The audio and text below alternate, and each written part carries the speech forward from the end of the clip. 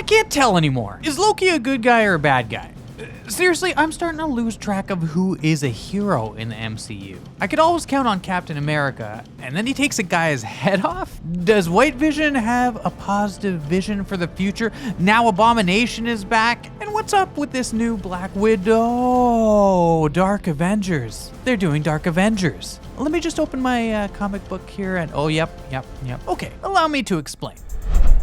Let's set the comics aside for a second and talk about MCU possibilities. We're still in the shallow end of the Phase 4 pool, but there seems to be more than a few characters who could be the lifeguards, or could be the kid that holds you under with the pool skimmer. Sure, Loki has always fit into that mold even from his MCU introduction, but he always kind of felt like the exception rather than the rule. He was the big bad of the original Avengers team and the redemption story for Thor, and has died again and again and again. He always comes back a little better than he was too, but he's starting to face some darker competition in the will they or won't they kill you club. Following the events of the Falcon and the Winter Soldier, it was pretty clear that John Walker's Captain America was not exactly cut from the same flag as Steve Rogers. I mean, if we're honest about Steve, he's delivered a lot of hits you don't exactly bounce back from, but he always seemed to manage to keep the shield clean at least. John Walker, on the other hand, has a chip on his shoulder after removing a flag smasher from his own set of shoulders.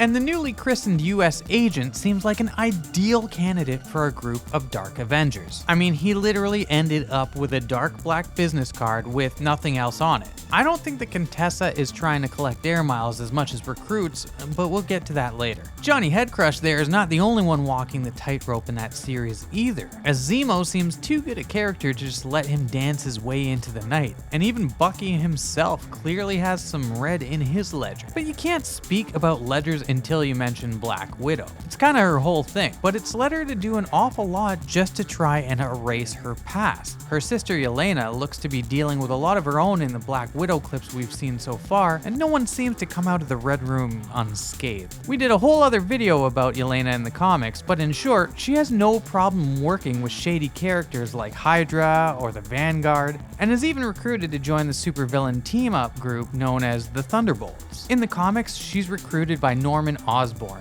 during the Dark Reign storyline, who could end up making an appearance in Spider-Man No Way Home. Hey, every super team, good or bad, needs a money man, and this one also ended up as an Iron Patriot. Could set us up nicely for some armor wars, am I right? Could be Oscorp, or we could just see Justin Hammer return, but isn't it just nice to have options, Marvel? Either way, we can't forget Julia Louis Dreyfus playing Contessa Valentina Allegra de Fontaine. Just those two names alone really drive up the word count of this video, so I'll cut to the point. She really seems like she's our bad Nick Fury. Don't be surprised if we see her popping up in a Black Widow post-credit scene and beyond. So far this is all well and good, but the Dark Avengers seem to still be missing the muscle that the Avengers have. Except, what just popped up in this Shang-Chi trailer? Is that the Abomination? We haven't seen that bag of spines since Phase 1 when he was working with Thunderbolt Ross, who in the comics ends up becoming... let me leaf through my reference book here. Oh great, he becomes the Red Hulk. Okay, so the opportunity is there for double Dark Hulks? Thunderbolt Ross has been trying to gain control of these super beings since Captain America Civil War, so we know he's willing to join the dark cause. Alright, the Contessa has really done her homework. What about magic users? Any of those floating around? I remember a purple one in WandaVision who seemed pretty comparable. Is purple dark enough for the Dark Avengers? If so, it could be Agatha all along for the ride, since she has a bone to pick with Wanda. Not to mention a white shell-shocked version of her husband is just crashing through skylights looking for answers. So let's bring this home. Contessa, Madam, Dame, Lady, whatever moniker you want to give her, she bad. And she is likely creating a team to support an overarching MCU villain. It's gonna save people a lot of paperwork and a lot of redacting and a lot of shredding.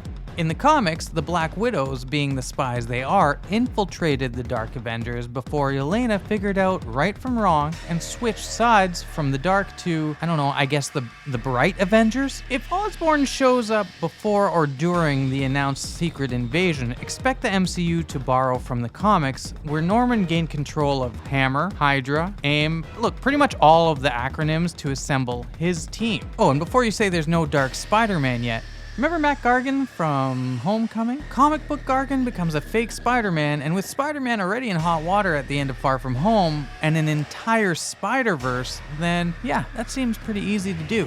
Guys, they've thought of Dark everything. Honestly, I don't know how they do it. How'd they slip it past me again and set it up right there under my nerdy nose?